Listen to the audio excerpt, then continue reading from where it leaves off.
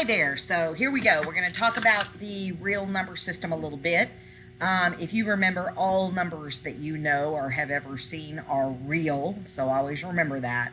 Then there are two main categories: the rational side, which has lots of friends, and the irrational side, which is basically pi and anything that looks like pi, okay? Rational, under rational, or let's start at the bottom. Natural are those counting numbers that you learned first, 1, 2, 3, 4, and so on. Whole number added a 0, 0, 1, 2, 3, 4, and so on. Integers are your perfect number line. That's where negatives start showing up. And then rational numbers are anything that can be a fraction or that has a decimal that stops or repeats. Irrational numbers, those numbers just go forever and ever and ever and never stop, never repeat. So when you're doing a problem like this, you do not have to make them into percents, because we're just trying to figure out where in the real number system they belong. So you just have to put each one in your calculator, because sometimes they become more specific when you put them in your calculator. So let's just start by putting everything in our calculator, and then let's go up to the top. We are identifying each natural number. So natural numbers are the ones we learned in kindergarten. 1, 2, 3, 4, 5, 6, 7, 8, 9. Well, there's one right there.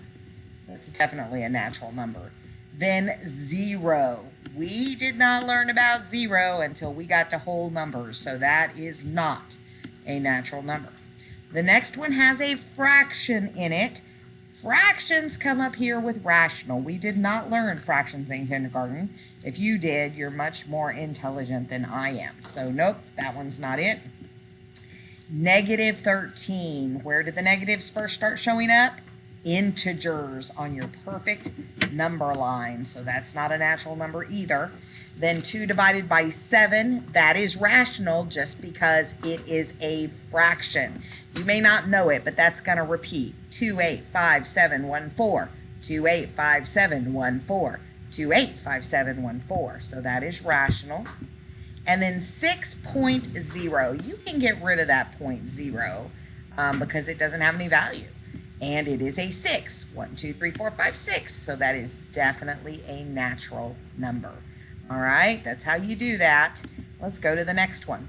It says identify each number that is not rational. If something is not rational, it is irrational.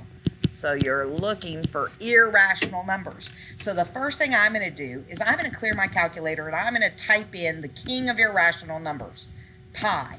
That way we can compare and see whether or not these are irrational. That's what we're looking for, not rational. 16 is rational. Look at that, number 4. So nope, that's not one. So let's go back. There are 2 here. I don't know if that's a square root of 3 or a square root of 7, but we'll put them both in one at a time. That's a square root of 3. Yeah, that goes crazy. Definitely irrational.